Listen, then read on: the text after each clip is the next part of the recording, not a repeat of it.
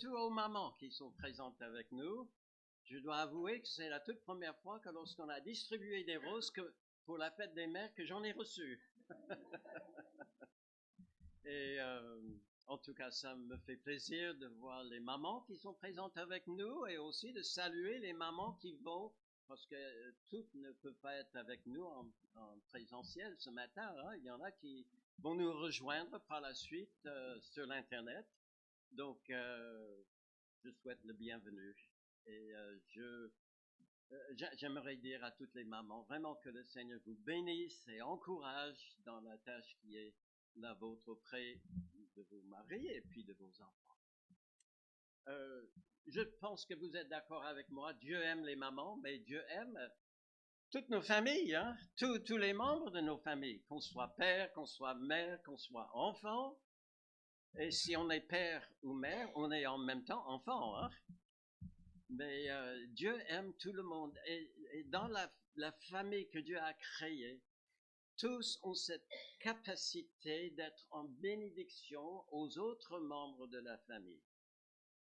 Et donc, merci Seigneur pour la joie d'être dans une famille, de connaître, de se connaître les uns les autres et être en bénédiction aux autres. Dieu a créé, dit la Bible, l'homme et la femme.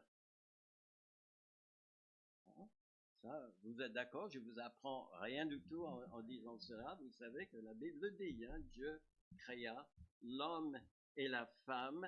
Et il est vrai que lorsqu'ils suivent ensemble le Seigneur, ils peuvent se compléter, être en bénédiction mutuellement.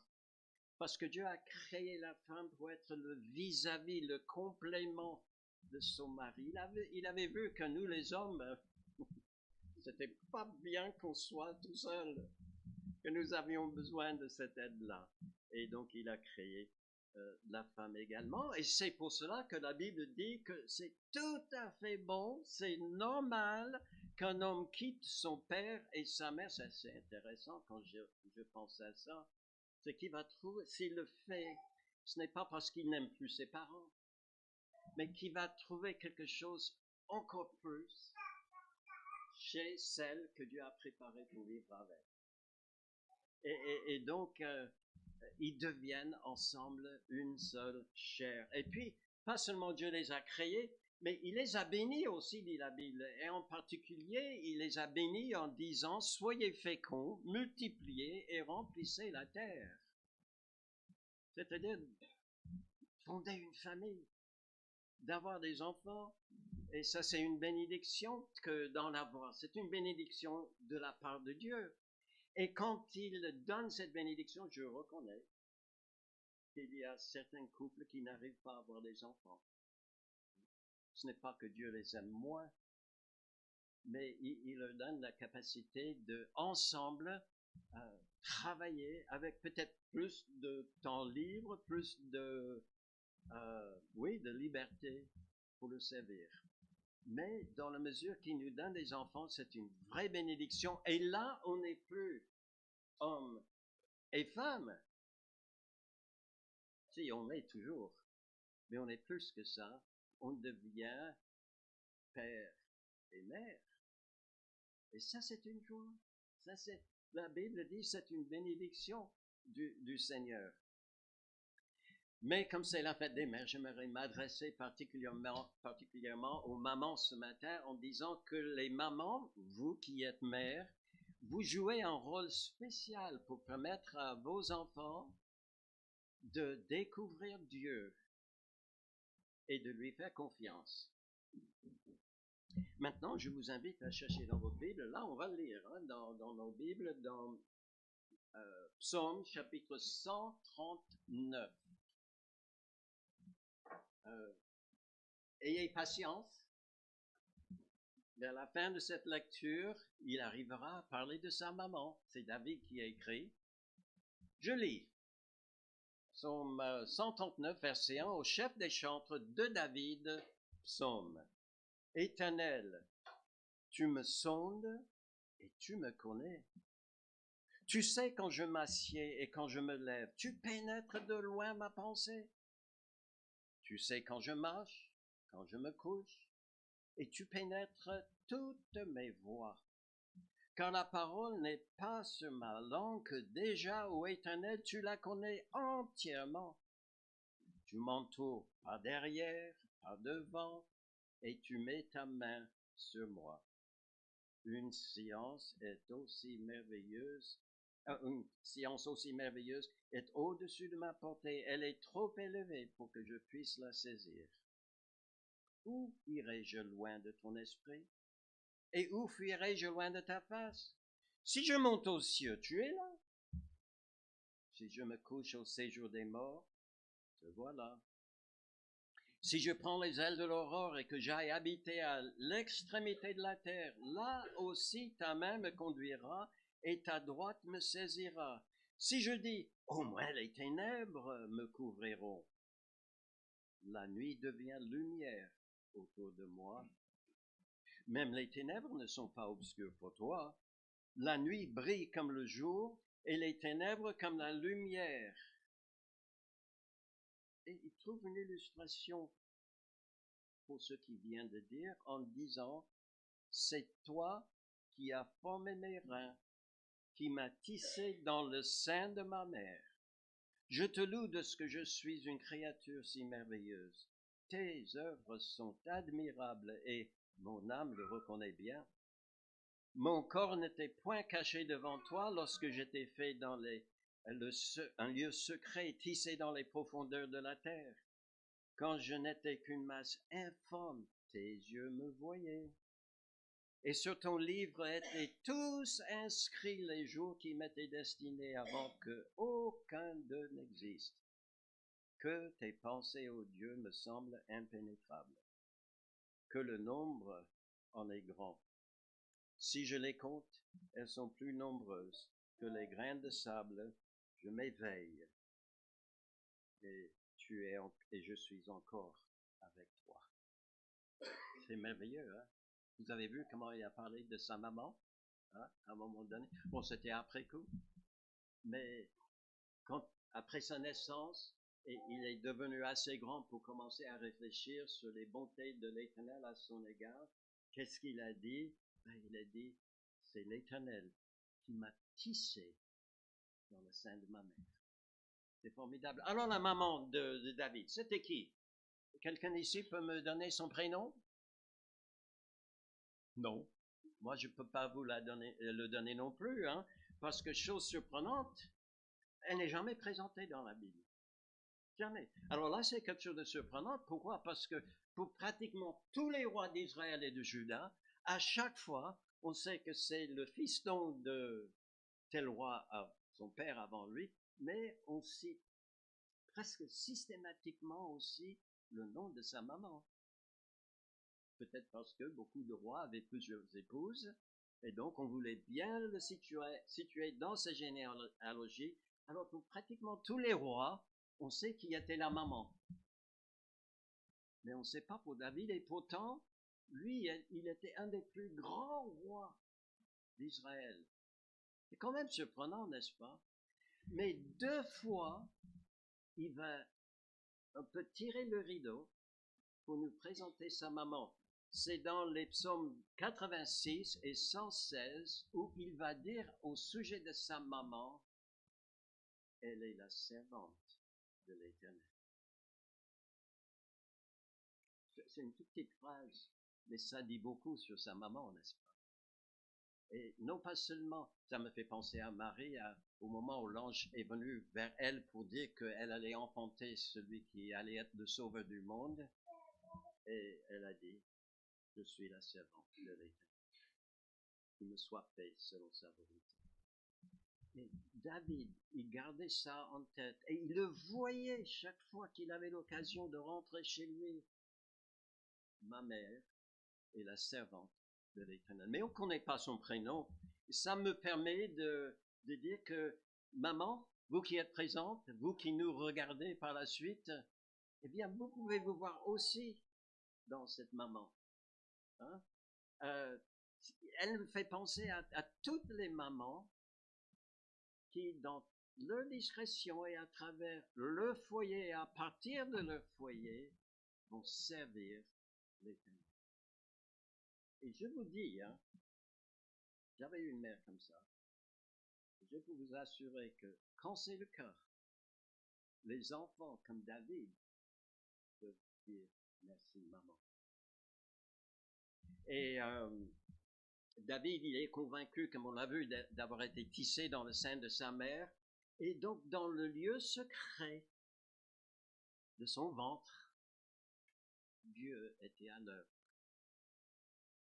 Tout au début, je sais qu'il arrive un moment, tous les papas, on a eu ce moment où notre épouse est venue vers nous après quelques temps de grossesse pour dire, mets ta main là.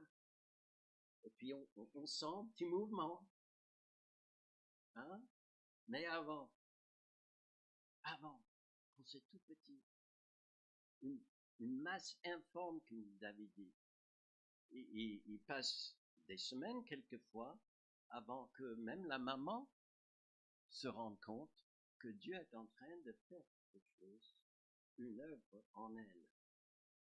Et ça, c'est ce que David, il a reconnu après. Et donc, en réfléchissant à cela, il a dit, je suis une créature si merveilleuse. Oui, parce que le grand tisserand, on peut le dire comme ça, avec ses doigts en or, il était en train de tisser un roi. Quelqu'un qui allait avoir un cœur selon le cœur de l'Éternel. C'est merveilleux, hein? C'est merveilleux. Mais ça m'a fait réfléchir sur beaucoup d'autres choses dans la parole de Dieu qui me dit que Dieu accomplit souvent ses plus grandes œuvres en cachette, dans le secret, dans le noir. Puis-je donner quelques exemples? Alors, on n'a pas à aller loin, hein? Déjà dans les premières pages de la Bible, on dit que la Bible commence en disant, au commencement, Dieu a créé quoi? Les cieux et la terre. Mais là, en poursuivant la lecture, on découvre que la terre était informée de vide et les ténèbres étaient sur la surface de la terre. Et c'était seulement après que nous lisons que Dieu élève la voix pour dire que la lumière soit. Il crée les cieux et la terre dans le noir, dans l'obscurité. Et puis de cette obscurité-là, il fait jaillir sa lumière. Et puis je pensais aussi à l'exode d'Israël, comment il est dit dans la parole de Dieu que Dieu avait racheté son peuple de leur esclavage en Égypte. Mais vous savez quand ça s'est passé? Il y a deux textes dans Exode chapitre 11, versets 22 et 23. C'est une des dernières plaies. Vous savez, il y avait toute une succession de catastrophes, on va dire comme ça, que Dieu a envoyé sur le pays pour convaincre le Pharaon qu'il y a un seul Dieu qui règne sur toute la terre, c'est l'Éternel. Et une de ces plaies, c'était quand pendant 3 jours, Dieu a éteint la lumière. Dans tout le pays de l'Égypte, pendant 3 jours, il était complètement noir. Et il est dit que personne n'osait bouger de sa place. Parce qu'on ne savait pas. De temps en temps, je me lève la nuit et des fois, je titube un petit peu. Parce que sans avoir un peu de lumière, pour repérer ce qui est droit, ce qui est au-dessus et ce qui est en dessous, etc., j'ai un peu de mal. Hein? Mais quand il y a la lumière, mais pensez que pendant 3 jours, le Pharaon n'osait pas bouger, personne dans le palais et dans toute l'Égypte. Sauf là où habitait le peuple de Dieu, les Israélites, là il y avait de la lumière. Formidable. Et puis, quand le moment est venu, et là on est au chapitre 14, quand le moment est venu qu'Israël sort de l'Égypte, le Pharaon, il commence à se raviser, là, il dit, on a peut-être mal agi en les laissant partir. On va les obliger à revenir. Donc, il a rassemblé toute son armée avec ses meilleurs chars et tout, et ils sont partis à la poursuite des Israélites. Et là, vous savez ce que dit la Bible? Dans le chapitre 14, je vous le lirai à la maison, je voulais le faire, mais le temps est déjà bien avancé. Je vous résume en disant que c'était pendant la nuit que l'ange de l'Éternel qui précédait les Israélites pour leur ouvrir le chemin, il est parti et il s'est passé derrière eux. Et la colonne de feu ou de nuée qui les précédait également s'est passée derrière. Pour donner, encore, faisait déjà nuit, mais du côté des Égyptiens, la nuage était ténébreuse. Du côté des Israélites, c'était lumière. Et pendant la nuit, alors Moïse, il lève son bâton, quand Dieu lui dirige de le faire, il lève son bâton, et pendant la nuit, Dieu souffle. Il souffle. Il agit. Le grand tisserand est à l'œuvre. Il ouvre un chemin pendant la nuit. Et c'était au tout petit matin. Le soleil, on ne le voit peut-être pas encore. Il y a juste une petite lueur qui commence. Alors, le signal est donné. Et Israël repart et passe à pied sec, entre les murailles d'eau. Et puis, la colonne de nuée et tout ça s'est placée devant pour diriger les Israélites. Et les Égyptiens ont dit, on va les poursuivre. Ils ont continué. Et qu'est-ce qui s'est passé au petit matin? Ils étaient tous engloutis dans l'eau. Vous savez, c'était une nuit terrible pour les Juifs, hein? Mais le grand tisserand était à l'œuvre. Et il a racheté son peuple. Et le lendemain matin, quand finalement le jour était pleinement élevé, ils étaient de l'autre côté et ils ne voyaient que rien. Et ils savaient, oh, ils étaient complètement rachetés. Mais ça me fait penser aussi à notre rédemption, à nous. Ah, quand est-ce que ça s'est fait? Eh bien, quand Jésus-Christ a pris mes péchés, il a pris vos péchés, il est allé sur la croix.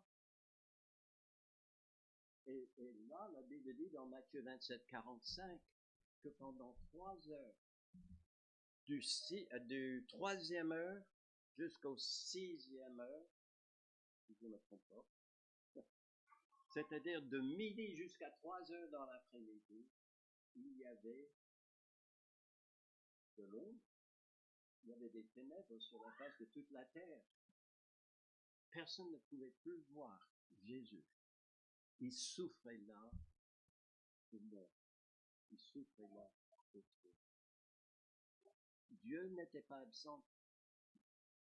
Il était en train de faire sa plus grande œuvre de rédemption, dans le secret, dans le noir, pour vous aider. Et à la fin de ce temps, Jésus-Christ a émis un cri qui nous encourage encore aujourd'hui. Il a dit, tout est accompli. Il est accompli. Et David a dit, de la même façon, je vois que Dieu m'a tissé. Je n'avais même pas de cerveau encore, je ne pouvais pas, mais Dieu était à l'œuvre. Ma mère n'était peut-être pas complètement consciente de ce qui se passait en elle au début, et Dieu était à l'œuvre. Et quand le jour est venu, après ce temps de gestation, eh bien, je suis dans le monde et je loue le Seigneur. Mais c'est la même chose pour nous. Il n'y a personne ici qui n'a pas été formé, tissé dans le sein de sa mère par l'Éternel. C'est quelque chose de formidable. Alors nous pouvons dire avec David, je te loue de ce que je suis une créature si merveilleuse. Tes œuvres sont admirables et mon âme le reconnaît bien. Mais ce qu'il faut reconnaître aussi dans ce qu'il a dit, c'est comment il passe de ça, son expérience personnelle, il m'a tissé dans le sein de ma mère, pour passer à tout ce que Dieu fait, tes œuvres, pas seulement ce que tu as fait pour moi pendant ce temps dans le ventre de ma mère, mais après aussi, tes œuvres sont grandes. C'est presque comme s'il disait que si Dieu m'a tissé dans le secret du sein de ma mère, c'est qu'il me voit, il me garde et me conduit aussi en plein jour.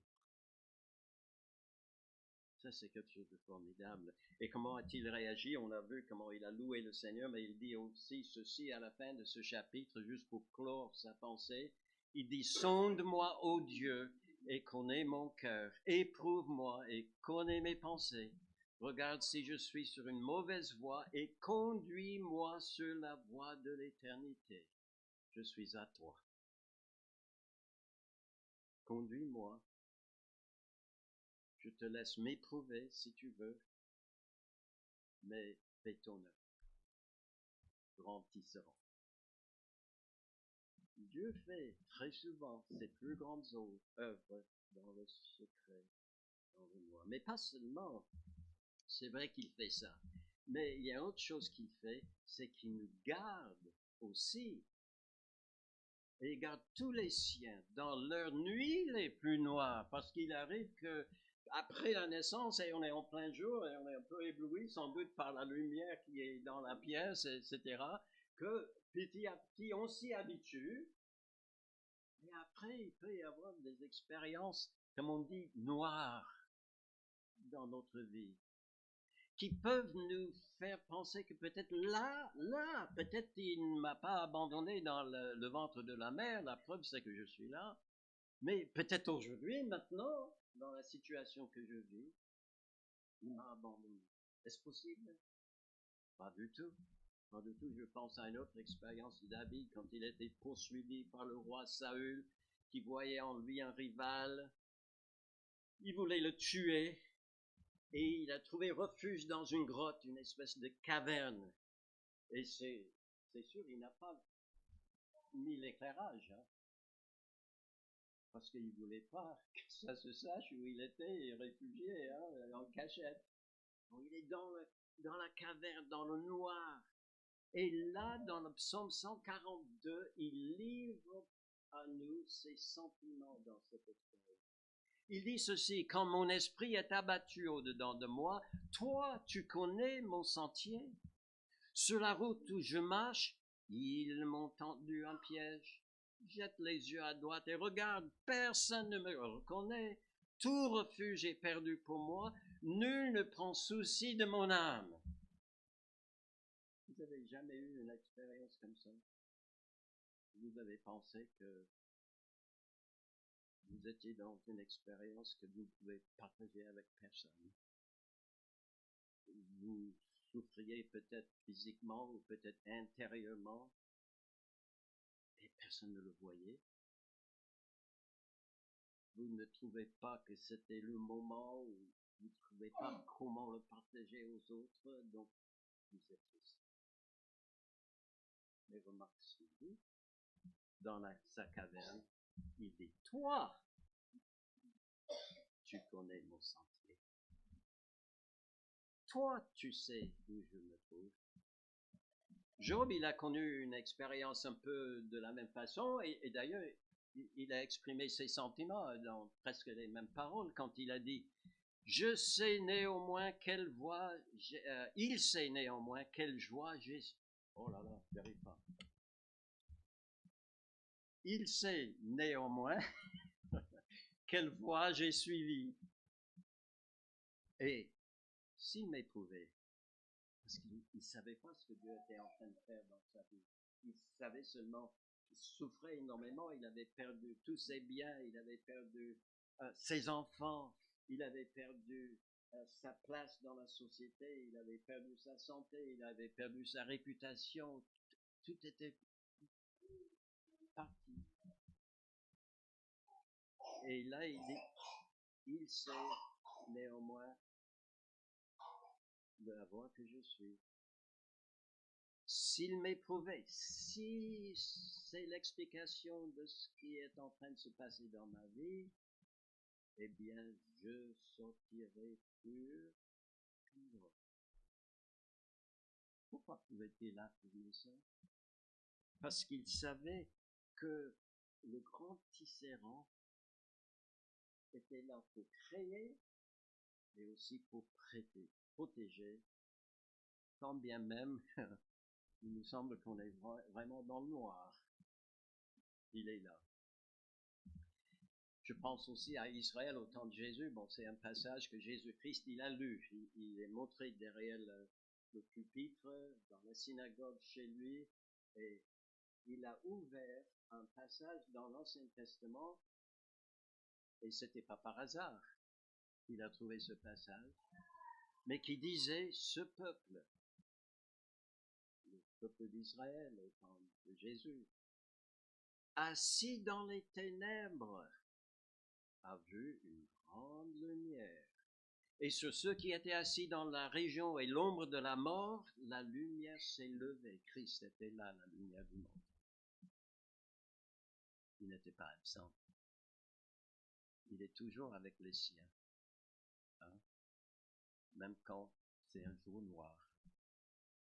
Et puis, nos épreuves aussi. N'avez-vous jamais été consolé, encouragé par le psaume 23? Mais remarquez ce qui est dit dans le psaume 23. Mais vous l'avez cité peut-être. Actuellement, mon épouse, elle a un peu de mal à vraiment trouver l'envie de lire sa Bible, mais quand elle le fait, elle ouvre toujours à ce psaume. Qui dit, entre autres, quand je marche dans la vallée de l'ombre de la mort, ben, je remarque que tu m'as abandonné. Oh non, pardon, je me suis trompé encore. Quand je marche dans la vallée de l'ombre de la mort, je ne crains aucun mal, car tu es avec moi. Ta houlette et ton bâton me rassurent, tu dresses devant moi une table en face de mes adversaires. Tu induis ma tête et ma coupe déborde. Oui, alors maintenant, on passe dans un autre temps, il parle de son présent. Maintenant, il va parler de son futur, il exprime sa confiance. Oui, il dit, le bonheur et la grâce m'accompagneront tous les jours de ma vie et j'habiterai, voilà son engagement, j'habiterai dans la maison de l'Éternel jusqu'à la fin de ma vie. Parce que là je suis avec celui qui me garde, qui me protège, qui loin de ma tête, qui dresse une table devant moi dans le noir. Si je suis avec lui, je suis dans la lumière. Et si nous marchons dans la lumière comme il est dans la lumière, nous avons de la communion avec lui, mais aussi les uns avec les autres. Oui, on peut dire ça, on peut affirmer ça parce que toute grâce excellente et tout don parfait descend d'en haut du Père des lumières. Celui qui a créé les cieux et la terre, ceux qui étaient là au jour du rachat d'Israël, celui qui était tout au long de l'histoire, était là pour tisser le petit David, ce futur roi, et qui l'a accompagné même dans la caverne, qui est avec nous encore aujourd'hui. C'est le Père des lumières, chez qui il n'y a ni changement ni ombre. Tout est lumière chez lui. Alors, toute grâce excellente vient de lui. C'est ce qui est ombre pour nous des fois, et lumière et gloire pour Dieu. Il est en train de faire quelque chose, même dans le mauvais jour. Alors, c'est pour cela que nous pouvons dire, et où a commencé toute cette réflexion pour David? C'était en pensant au moment où il était dans le sein de sa maman. Et nous aussi, nous pouvons dire avec lui, merci maman, hein. Merci si nous avons eu la joie d'avoir une maman comme la sienne, hein. Merci, maman, chère servante de l'Éternel, de m'aider à voir que Dieu a été et toujours avec moi dans le noir, et qu'ainsi je peux lui faire confiance et vivre en espérance. On va prier. Baissons la tête et prions. Merci notre Dieu pour notre maman. Merci pour celle qui nous a mis au monde, pour celle qui a été toujours à côté de nous quand nous avions des craintes, quand on avait du mal d'une manière ou d'une autre, qui est venue nous bercer pendant la nuit, qui nous a accompagnés tout au long de notre vie. Et quand bien même nous sommes à un moment donné partis pour former un nouveau foyer, Seigneur, notre maman et tout son amour, son affection a été pour nous un exemple de ton amour, de ta présence, de ta créativité, de ta protection pour nous. Merci pour notre maman et surtout, merci à toi pour tout ce que tu nous donnes et pour ta fidélité envers nous tous les jours. Au nom de Jésus-Christ, ton Fils.